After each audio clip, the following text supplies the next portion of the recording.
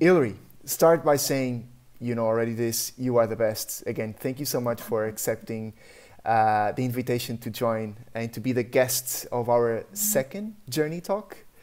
Yes. It's a really huge, proud, we are proud, and it's a huge pleasure to have you with us. I've prepared some questions, but I just prefer to just like I said, to make this just, let's go with the flow. And first things first, I always challenge our guests to avoid saying, okay, we know already that you are Hillary Allen, you are known by the Haley Goat, and you are also a science nerd. That's funny. Do you think that you can introduce yourself in a different way? Show us a different, like, is there something that people don't know about you, something curious? Who is Hillary?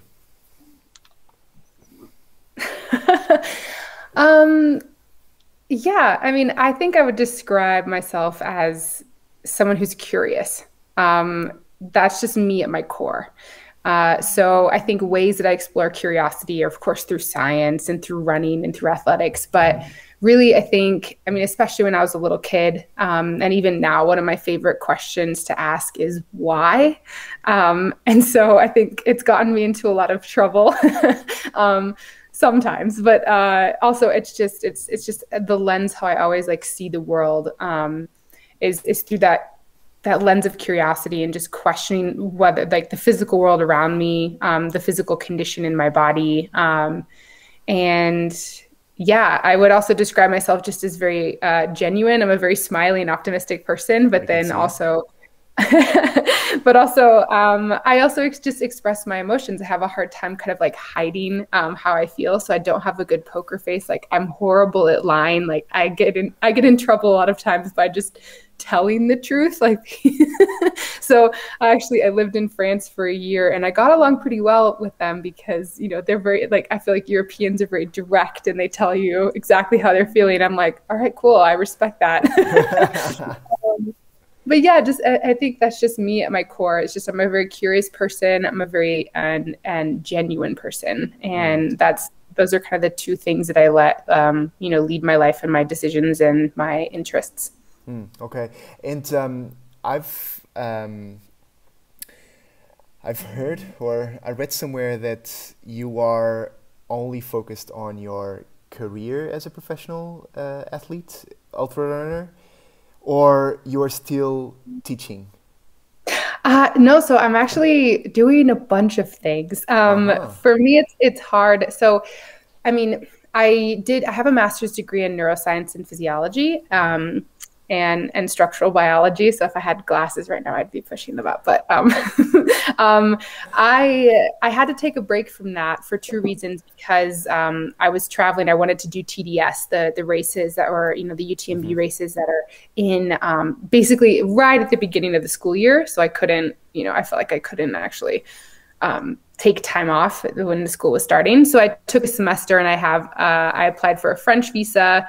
And so that's how it brought me to like living in France and taking a break from teaching.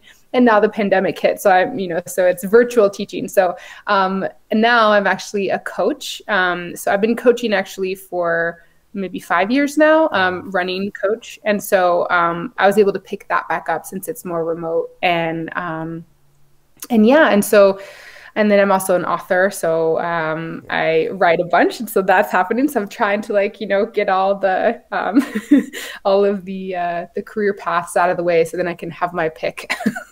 Are you still in love with bugs? Oh, of course. That's also a side hustle. I mean, I think that's actually really the main reason why I trail run. You're like so on our first journey talk, we got to know that well, you know already Ricky Gates. So we got to know that. So it was on his background. He had like a huge shelf with jars, and some of like one of the participants, it was Nick. asked, "Hey, could you tell us what's that thing that you have on your background?" And I said, like, maybe it's like jams or something.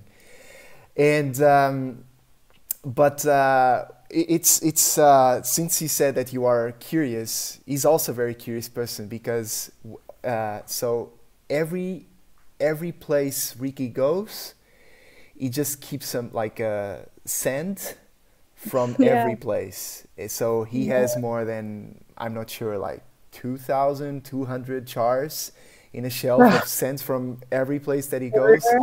So I might. So do you keep bugs in jars? I actually don't have it with me, but literally, I think I've broken the law many times, because as a kid, I would like, so I grew up basically with a bug net in my hand. I mean, if I could, if I posted on Instagram the other day of me like dressing up for career day with a big bug net, like that thing I took with me. Yeah, I took that with me everywhere. And when we go on camping trips with my family, I had it everywhere. So like I have still a bug collection that I kept from when I was a little kid, all the way up and through high school, because we would go on family trips around the United States, and I would catch bugs in like all the national parks or like all the places that I did. And so this is where I say I broke the law, because I'm pretty sure you're not supposed to take any wildlife from national parks in the United States. And I definitely have them. It's a secret. It's a secret. We keep it as a secret. Yeah, I know. And also, even worse is when I would travel to like Costa Rica, my family and I would like, we would go on these, you know, and my father's from the UK. And so when we'd travel to Britain, I'd always bring my bug net on the plane. I bought this like collapsible bug net. And so I actually have some of the coolest butterflies and the coolest beetles, like as big as my face in like a bug collection I took from like, you know, Costa Rica. And it's all just because I would literally just like when everyone was going to bed, like that's the coolest part. I would stand on my front porch next to the light and like swing my bug net at like these big beetles that would come by and like... Trail runners are one of a kind type of and person. I would say also, but I can't take this with me, like salamanders and newts. That's also super fun. Like I live in a place in Colorado where it's pretty rare to have, you know, salamanders. We have this tiger salamander, but it's very rare. And I used to have them as pets, like little like salamanders and newts and lizards.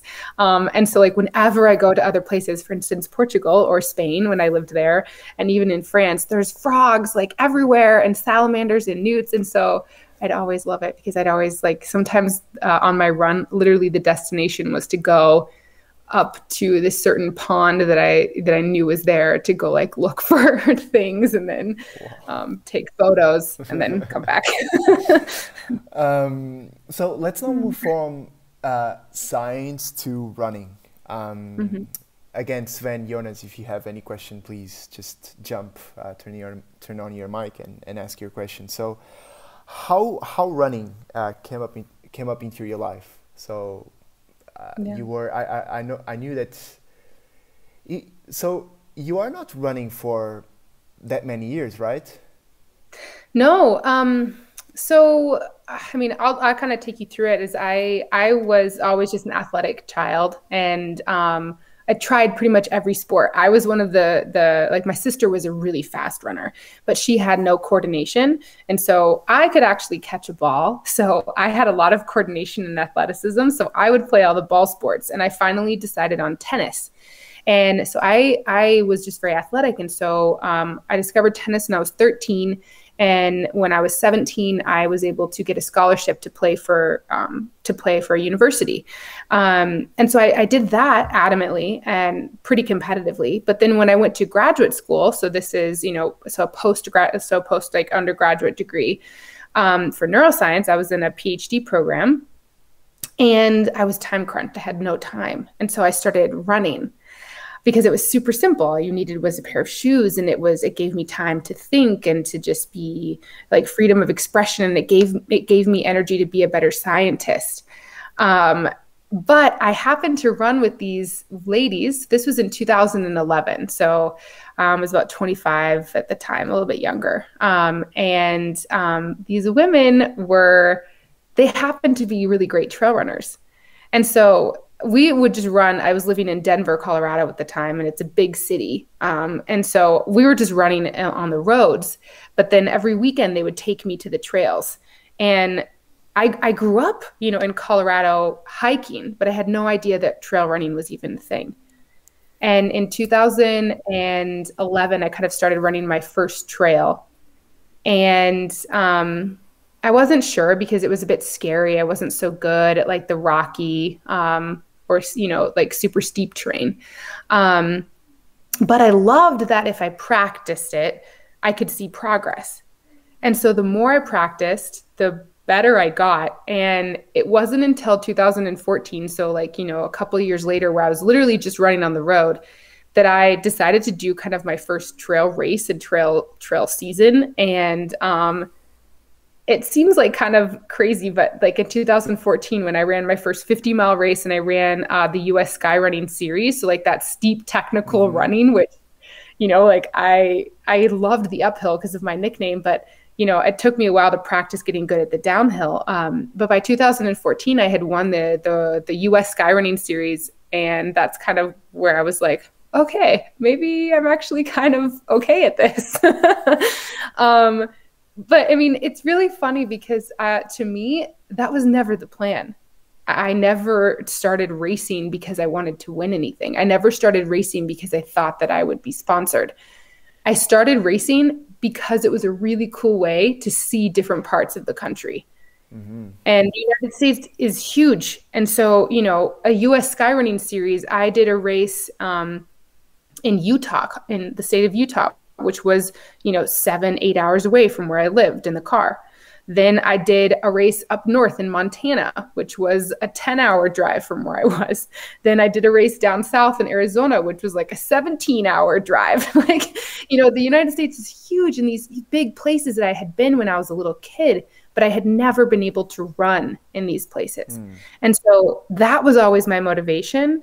And, I was basically just exploring. It was just a really cool way for me to come into my own exploration by my own 2 feet, by, not based on my parents' schedule and like where they wanted to go camping and take the family, but just on me and my adult life. And, and then also exploring kind of the boundaries of physical limitations too. But what I find that is like really, really, really interesting is that you just started to run in a more serious way like 6 years ago. It's not like 20 years ago, No. And because normally, especially with running, people say that you either are like a natural talent, born talent, or you need to work your ass off in order just to maybe achieve something like an average. And if you're good, and well, the probability of you to succeed is maybe lower comparing if you are really like a natural born talent. So 6 years later, do you think that you had the talent, or it was really that you worked your ass off in order just to, for example, in 2015 won the US Skyrunning Series? So you might not like my answer. I do believe that there's a thing as talent, but I also believe probably more adamantly that there's a thing of wasted talent. And talent can only get you so far. And I think that even if you are talented, you might have, I feel like I did have talent, but that brought about a responsibility for me to work really hard and see where I could get that talent to take me.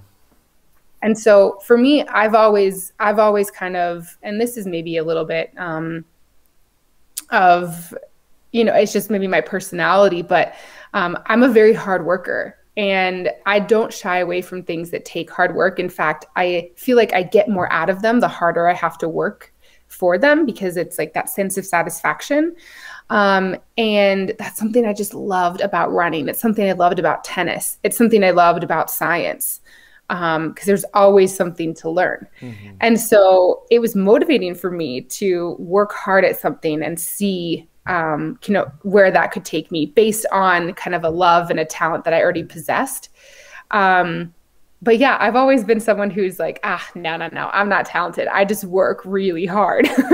Okay. So, Okay. yeah. Well, it is what it is, you know? Like I was not Yeah. expecting, we were not expecting any answer. And that's a good point of view, like, and that can also lead to another question, but because like, how can you know that you have, or that you're might wasting your talent? That's another question, you know? Yeah. And I think it's hard. I think maybe talent can afford kind of a complacency. It's like, oh, I have this to fall back on, so I might not need to work as hard, to get to a certain place. But like I said, it's like I like to phrase it kind of, okay, if you have a talent, that's more of like an invitation or a responsibility to kind of see what you can get out of it if you choose to work really hard and be Mm-hmm. devoted to something that you love. Yeah. Okay. Okay. Um, Another topic that I would love to talk with you, and Yeah. I promise it's 30 seconds, or if you want more. So, because every time I was promoting the event, and today I heard something from you in another video that you don't want to be defined as the athlete that in 2017 had this accident. Well, Hmm. it's part of your journey. People might know you only because of that. And I kind of like the idea that you don't want to be defined by that athlete that was in 2017 the top women skyrunning athlete. It was about Hmm. to win the World Series and then had Right. the severe accident. Hmm. And I kind of like that. And only if Sven and Jonas want to talk about that, we talk about that. But the challenge that I had for you was, how do you describe that specific moment in one word? One word. That's it. Then we move. One word or two if you want. Yeah. Um, if I would describe it in one word, I would just say, okay, like, I don't know. I mean, I think I would describe it in like the title of my book, like Out and Out and Back. back. Okay. And the reason I say this is because yes, I mean I'm so glad that you relate to that because of course I don't want to be defined by it. However, it happened, Mm-hmm. and it's something that will always be a part of me. From an experience, from a trauma sense, from a memory, and also just a defining moment, right? If that was something else I could describe it as, I would describe it as a defining moment Mm. because there's points in our lives where we think and we say, okay, I'm different now than I was back then. And so, but what this has allowed me to do, it's allowed me to see other parts of me that were there before, but I didn't know they were there. Mm. Okay. And that's why I describe it as kind of out and back. It's like I went out there and now I'm back, but I'm back with this richness of experiences that I've gained from this one moment that changed my life. Okay. We are going there. Let me ask you a question. And it can be like a yes or no question. So I'm sure that you felt stronger before the accident. Like you were winning races, you were just feeling that maybe this is the thing, you know? I was born for this, maybe. You had the accident, very severe accident. Do you feel that you are stronger now? Do you feel that now you have an Hillary that you didn't knew before the accident? So the question is like, how do you want to define yourself? Oh, it's such a good question. And I think people spend a whole lifetime trying to discover this. But thankfully for me, I smile only because, yes, this is one of like the most painful, like physically moments of my life. but also just emotionally, because I had to deal with these questions of who am I if I'm not a runner? Who am I if I can't do these things? And just this, basically sense of loss and sense of, I lost my sense of self. And so absolutely, I'm 100% stronger than I was before the accident. And that's even, with all the physical changes that happened and the injuries that I have, but still with that, I'm stronger because how I define strength is different than from before the accident. And I say that because before I would only define strength like maybe one-dimensionally, physically, right? Like and from a runner point of view, how fast can I get from point A to point B? And if I did that slower from one year to the next, well, then obviously I'm not getting stronger, I'm getting weaker. But now I define strength in terms of, being vulnerable, having the strength to ask for help from others when I need it. Realizing that I had this incredible belief in myself that no matter what happened, that I could figure it out and that I could find a way to keep going no matter how impossible it seemed. And those are strengths. And I had them all along, but that moment in my life was just, I was able to discover them, or to kind of, I think about it, like an archaeologist who, they have their like site and they're like searching for like relics of their past, or, all of these things. I had them, they were there. I just had to kind of dig a little deeper, dust them off. And then now I have them with me and I can, take them out of my, my pocket whenever I need them. And so that's why I just say that I'm stronger, is because I have all these tools and I have all these experiences that show me what I'm capable of. And so even though, I'm not, like, even if I'm not going through something in this moment, or even if I am, it's like, I have the confidence and the belief in myself that if something happens that I can do it, or I will find a way to do it. And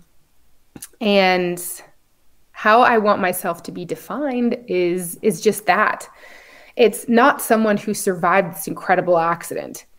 I want to be defined for everything that happened after that. And I think what defines me is not the actual survival of the fall and coming back to elite level racing. It's the courage I had to be brave enough to question if it was possible. It was the courage I had to look fear straight in the eyes and say, okay, like, I don't know if I can do this and I'm still afraid to try, but I'm going to do it anyways because it means something to me. And that's what I'd like to be remembered for. Jonas, you have your micro on. You want to ask a question? I wanted to ask a question before, because I also deal with some pain from time to time, especially in my knee. And I know that we all runners have different issues, but that I don't know any runner who never have any issues.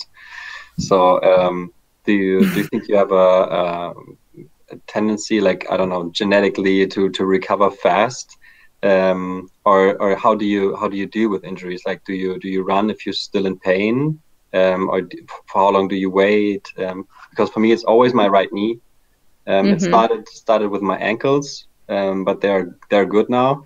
And then it went to my hips, and now my hips are fine as well. Now it's only the knee, and I'm kind of happy. But from time to time, especially when I run for a longer time and also running downhill, that's the second question I have. Like, how you said that you improved after a certain time, maybe also with your coach. I don't know how to improve downhill running, because uphill obviously is painful, but mostly for the lungs, but not for the knee. In my case, it's the knee is like a real issue, and I'd like to know, like, how you deal with the smaller injuries. Or the chronic pain, smaller injuries and chronic pain. Yeah. And that's a good question, because I mean, I had to deal with a lot of pain during the recovery, and I obviously I use that as a guide. I think pain is important to tell you if you're doing too much or you're doing, if you're kind of riding the line, if it's improving or getting worse. But it's really hard and it's really individual. And I think as athletes, we have a higher, threshold for pain. And so I always like to say, if it's something that's getting worse with running and not getting better, that's whenever I take a break. And for me, I always try to think of like longevity in the bigger picture. And so I've picked up my training has changed since the accident. I do more cross training. I do, more cycling and things like that, which is, a little bit nicer on the body. So if things kind of pop up, then I immediately kind of go to those other resources. But another really important thing for me for pain, like an indication that pain is kind of, doing a good thing, a good thing for you to basically pay attention to. It tells us where there's imbalances. So like you said before, where you have something in your ankle or your knee or your hip, most running injuries actually are from like weak hips or like imbalances. So, and then they kind of like present symptoms like down the chain.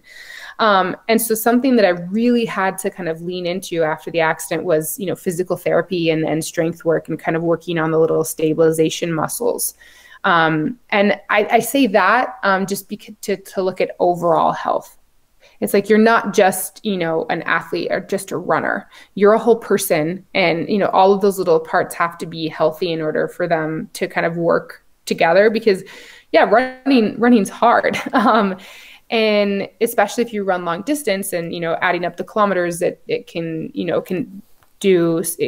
wear on your body. And so for me, that's always been it, is that I always try to start, from a good base. So, to me, that's, strength training to kind of make sure all of my biomechanically, everything is working out as it should.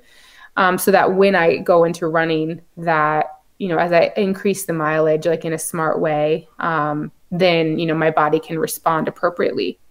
And then if things come up, honestly, it's like I said, I always keep in mind the bigger picture. If it's not worth it for me to push through pain, just to do a run that day, when I can adjust and do other things, because I'm always, especially now, I'm always kind of on the side of more cautious, because to me, it's not worth it, because I want to be doing this for a long time. And, that's the most important thing for me. But as far as like downhill running, because I had a trouble figuring that out when I was getting started. For me, the tennis background actually really helped because of the fast feet. And so I would just try to view it as kind of like an obstacle course race, or just kind of like use your fast feet as much as possible, like quick steps. Many small steps. Exactly. Yeah. So just like kind of, not trying, because I think sometimes people like on the downhill, you want to run fast. And so you have these big strides, but that can be actually kind of dangerous. And so I think it's actually better to have like little small steps and kind of work on that fast footwork. And you can actually do that kind of, even if you're not running downhill, you can practice that on flat ground or when you're running uphill. And yeah. Yeah. And you try to use the front foot mostly when you run downhill? Yeah. Or are you trying to hit like the middle? I would say midfoot is probably the best for up and downhill running, honestly. I think sometimes a little bit if you lean too far back on when you're downhill running, you might hit your heels. If it's steep enough, right? But yeah, always aiming for like kind of the midfoot. I think that's always a really good a good balance too, because if you're too far on your forefoot, like on your toes, it's like really easy to twist your ankles, and that's not good. Yeah, true. Thanks. Since now we are let's talk a little bit more about the preparation training side of it.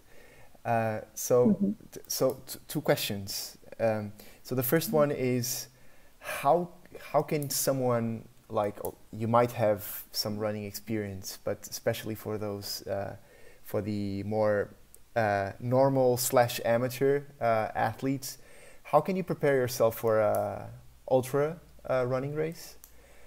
So what would be the best tips to give to someone to prepare for like an ultra running, like, I don't know, 50K or something? Jonas, this one is for you. And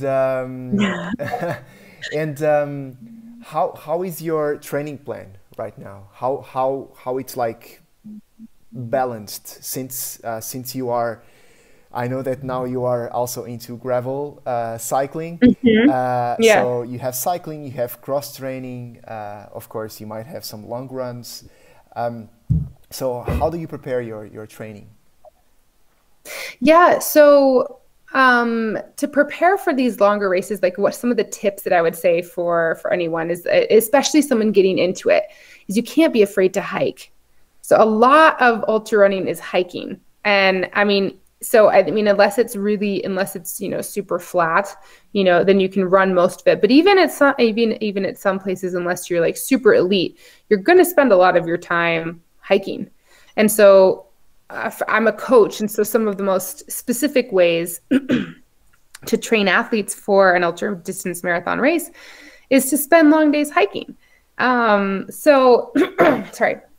Yeah, so it's actually kind of funny. You know, you pick a route and, you know, you get your pack on that has all your snacks and your water in it. And, you know, you can run, you try to move fast, right? Like fast hiking. And, but, you know, I'll tell them, okay, like hike the ups and jog the downs. Because, you know, that's like some of the most specific way you can prepare, just to prepare for those like long hours. And, you know, most people that I train, they are amateur runners. And so, you know, they have full-time jobs. So they're time crunched during the week. And so then they have more time for adventures on the weekend. And ironically, that's how I started training too. And so it's actually really easy for me to kind of prescribe things for people and tell them how to prepare. And I'm of the belief that you don't need to run a huge amount of miles to prepare for these ultra distance races, because the danger that happens is that, well, then you're just going to be tired once you get to the start line and you won't actually run, which happens. So don't do too much. You want to save some energy and some like excitement in the tank. And honestly, the biggest indication for that is I tell people, are you excited to run? Like if you're feeling kind of like, oh, I don't want to do this, or like you're feeling overwhelmed by your training, then that's a sign that you're doing too much. Because at the end of the day, we want to do these things because they're, you know, they're fun and we enjoy them. And so, yeah, so that's for me. So it's depending on like what I'm training for, if it's a running race or if it's a gravel race, because I do some races on the gravel bike now, that kind of indicates what I'm more specifically training for. So if I'm training for a long bike ride, you know, on the weekends, instead of 2 long runs, I'll do a long run and a long bike ride. And then, yeah, it just alternates like that depending on my goals. But I like to kind of incorporate both sports during the week, just because I love it so much. I love riding my bike. It's so much fun. And you can kind of get so much further. So it's a nice balance. And definitely different times of years. So when I'm not, you know, when I'm taking a break from racing, I'll do more, you know, from running racing, I'll do more riding, and vice versa. So it's a really nice way to break it up. And then of course I'll ditch all of those things and ski when it's the winter. It's funny. And by the way, Dennis, welcome to the Journey Talk. First time here. Honored to have you. It's funny because actually we wrote an article about that last week. Like do you have a hunter mindset or a farmer mindset? Do you go all in, or do you are more like patient? You have like a more balanced training. You again, either you win, lose, or you learn. And it's funny to see that now, because some years ago, runners, it's like, run every day, no days off, go, up and down, like push-ups, I don't know, military training. But now, right, athletes, even those professional athletes, are more, maybe it's better to go like a little bit easygoing. They are taking care of their mental fitness. Some might do some yoga.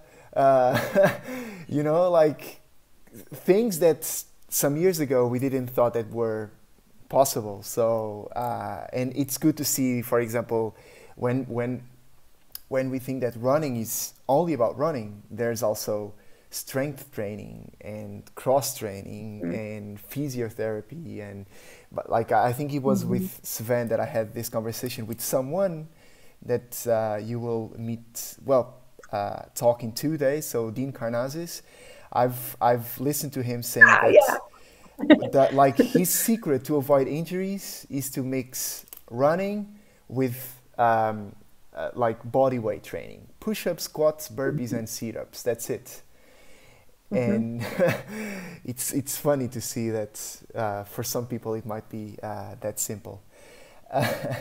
I mean, it's definitely true, and I think it's just kind of the variety. I mean, I love running so much, but I love being outside, and so there's different ways that you can explore that, and also, hiking. It's cool to kind of explore at different paces.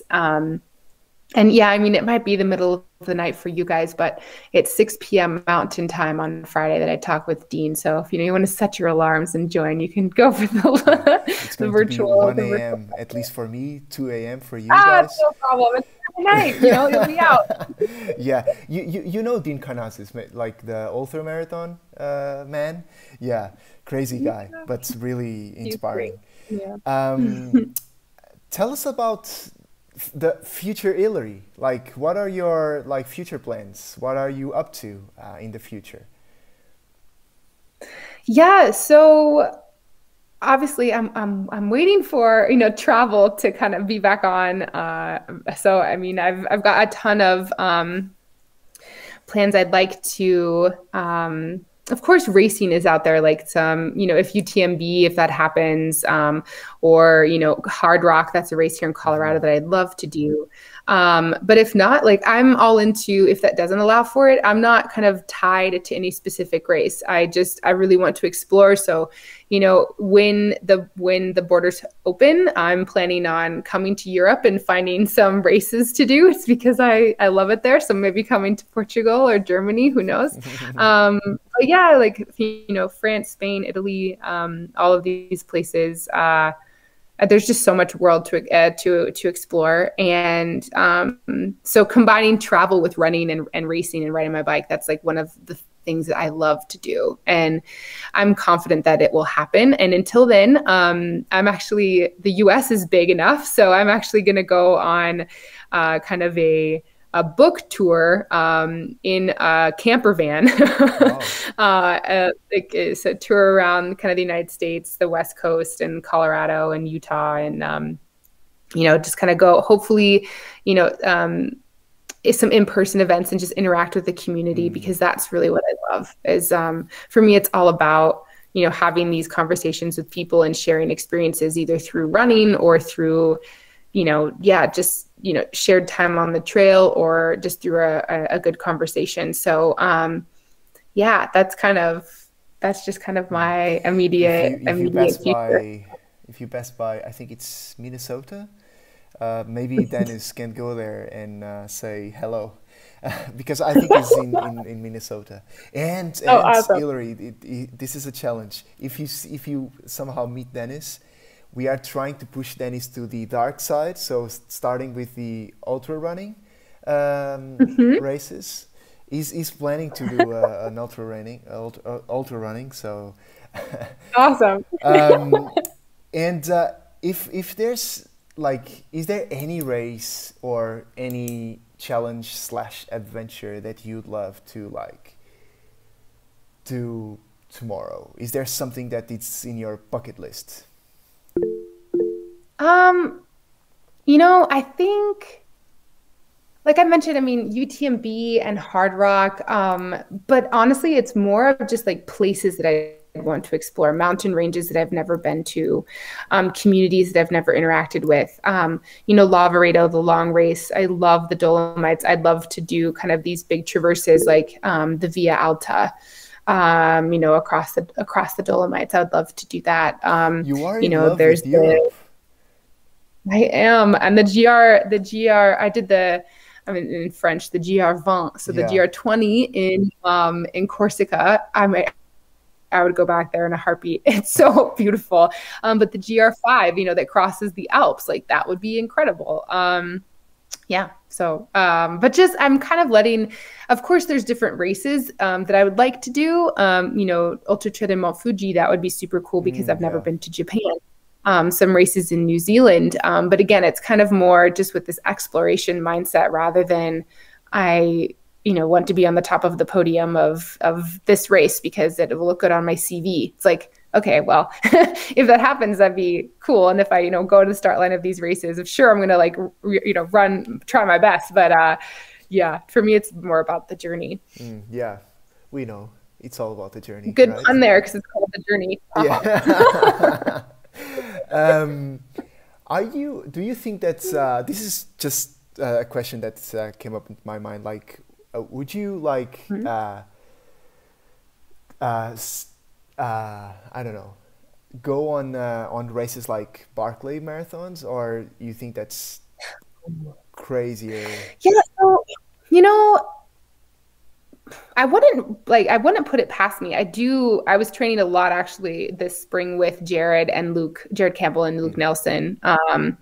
And you know, I think, you know, it's this different style for sure. I went on some kind of backcountry off trail adventures in Zion, and it's a really fun way to move and to explore. So I wouldn't put it past me. I mean, I do like that kind of navigational aspect to it and kind of the do-it-yourself thing. And I really do, I'm drawn to kind of the stages, like, you know, the day in, day out. So yeah, like multi-day adventures, definitely. Okay. Yeah. It's good.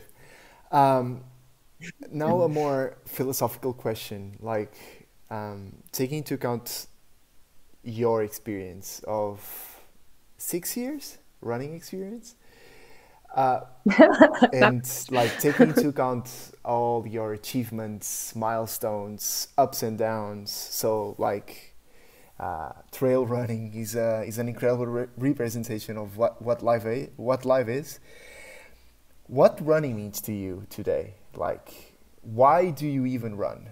Why do you even go out and challenge yourself? Because like at the starting line, the mood is, hey, let's go, let's do it. In the middle is, why am I even doing this? And in the end, it's, okay, done. What about the next one? What motivates you to go out? What's your purpose? Because I know that during a specific period of time, you kind of lost your purpose.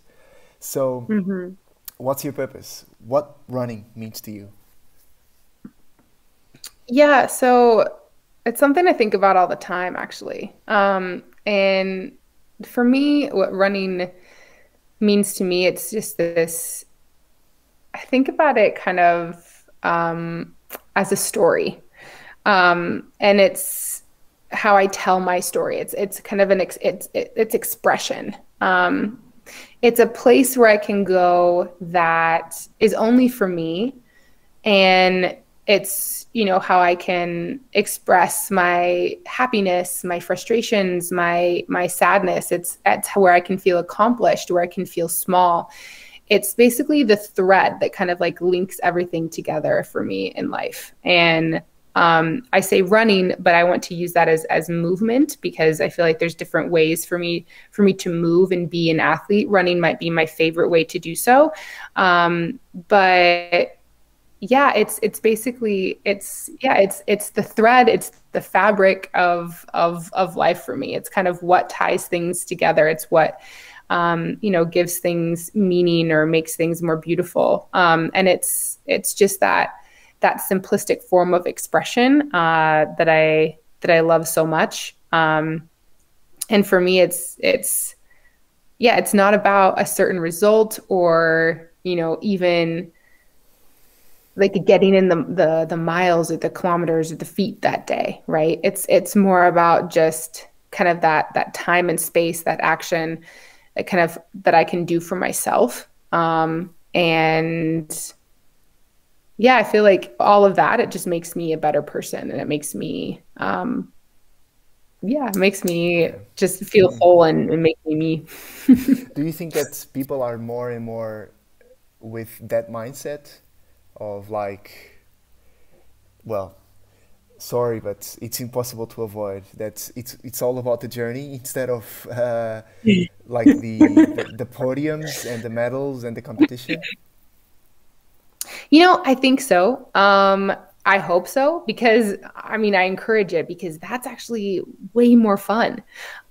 Because like, you think about it, like if you're only attaching yourself to the end result, well, then what happens if, you know, you don't do exactly as you wanted or exactly as you had planned for that day? Well, does that mean it's not worth it? Does that mean that like the whole like, you know, preparation period of you leading up for this one day was like, you know, you just need to forget about it and erase it and start over?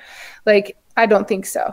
And certainly some people, I think, do operate that way, and they attach themselves to, you know, like racking up certain race number of finishes or podiums or, you know, PRs and all this other stuff. And that's good and fine, that we all have goals and, you know, we all want to, you know, do our best. But I think there's far more beauty to experience if you can open yourself up to like the process, which, you know, it's beautiful, but it's also ugly and it's super difficult and hard, but that's all what makes it, I think, more worth doing. We have at least 8 more minutes. What do you, Jonas, go ahead. Yeah. I think I have a question. Like, I mean, obviously there's a difference between amateur runner and a professional one who's also getting paid, I guess, right? By your sponsors. So they expect you to do well to some degree, at least. I mean, if you wake up in the morning at a race and you don't feel well, like you're probably still going to go out, right? So how do you, how are your contracts with your sponsors? Are they okay with you not competing if you don't feel like it? Or how do you handle that? Yeah, that's a really good question. So yes, there are different responsibilities, but I also think I kind of go back to that, like, you know, the talent versus hard work thing too. So I think if someone is more talented and they are able to be a professional runner, either, you know, by work, like by talent and working hard, you know, you're kind of already in that category, but still the same kind of process applies. I think as athletes, you know, if we certainly, like if you feel bad one day and you still go out and compete, you can only do that so many times before it catches up with you. I've certainly been guilty of that. So absolutely. I mean, yeah, there are certain obligations. So maybe on, you know, one day you're like, oh, okay, like I don't, you know, it just so happens that I feel crappy on race day. Like that just sucks. But you kind of go out there and give it your best go anyways. But I think if professional athletes also kind of just ignored themselves and like treated themselves like robots, that there's a finality to that. And there's, you know, that's going to catch up with them eventually. Like you can't outrun, you know, fatigue or, you know, abusing your body, so to speak.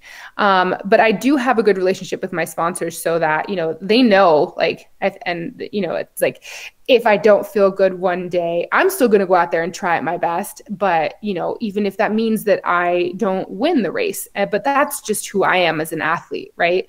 You know, some other people will go and then drop out, or, you know, so, I mean, there's other ways to go about it. But I think my sponsor they've always been super supportive of me because I'm honest with them about it. So if I don't feel a certain way, you know, I'll tell them. I don't try to hide anything. But yeah, I mean, there are different pressures, right? I mean, but I think it all starts, what I'm trying to say is, like, you know, whether you're an amateur or a professional athlete, there are different responsibilities, but I think it all starts with honesty with yourself. So, and I've done this now too since the accident. If there's certain days, and even if it happens to be on a race day where I don't feel well, I'm going to adjust my expectations that day. And if it happens to be on a day where I don't feel well and it's just a training day, well, then I'll adjust my training. And because in the end, you know, I'm the most important person, and my health long-term is the most important thing to balance. And how do you take it, Jonas? Do you want to ask? Okay. No, that was, I mean, that's probably the most healthy thing to go about it. Yeah. And I'm glad your sponsors are okay with you just, I mean, adjusting, you know? Yeah. I mean, it's definitely a process, but I mean, it's like, again, like having those honest conversations with people. Yeah. To encourage that for them to listen to us. How do you take, like, besides training, so besides going out to train, how do you take care of your, like, overall performance? Like, what's your wellness stack? Yeah. So for me, it's kind of the whole package. So training is not just like the physical act of just running or riding my bike. It's everything that I do after that. It's sleep is super important. So having a good kind of sleep schedule, or, I describe myself as a grandma. I like to go to bed early and I like to get up early. At what time do you wake up? I don't know. Today I was up at like 5 a.m. Okay. Not so bad. And you go to bed at 9? Like 9, yeah. Okay. So it's great. Drink some tea. So like a late night for me would be like 10 p.m. But I like that process because it makes me feel good. It makes me feel rested. It makes me just feel like I'm doing the best I can with the tools that I have, and that's sleep, and that's good nutrition. I listen to my body, what it needs. I fuel it correctly. I'm not trying to, cut corners by, restricting calories or, abiding by certain diets. I'm trying to, eat whole foods and listen to what my body needs, what it's telling me when it's hungry, when I'm having a huge amount of training. And it's kind of the whole picture. And another really important aspect, so I would say, sleep, nutrition, and mental health. And I express mental health with my coach. I mean, we talk all the time, whether I'm, feeling energized or, down. But then I also have a sports psychologist that I talk to. And especially I realized how important this was. Of course, I have a master's in neuroscience, so I know that your brain chemistry is important. But more so for talk therapy and talking through trauma, or, getting back to competition after something that happened with me. That's been a very important journey for me. And even, as I've worked through that, just your mental health is just something that it's synonymous with physical health for me. And I apologize if you can hear the rain. It just started raining really hard here. Really? And okay. I won't show you how the weather is outside here. Oh, no, we get hail here in Colorado. So there's like little ice pellets falling from the sky. Wow. I think this is the only thing that is good on the remote events. That I'm in Portugal, Jonas and Sven are in Germany. You both, Dennis and Hillary, are in the US. Different weather. Different time zones, but we are still together. It's really cool, yeah. So, one final question: how do you say, or how would you say, for example, you just won a race, and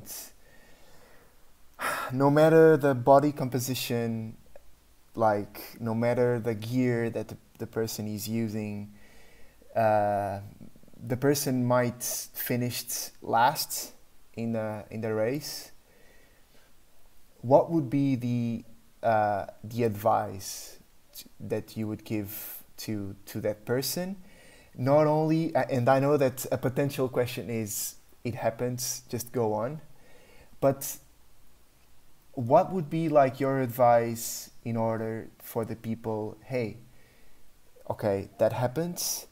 How can you be better, not to finish in the place before the last, but an overall condition?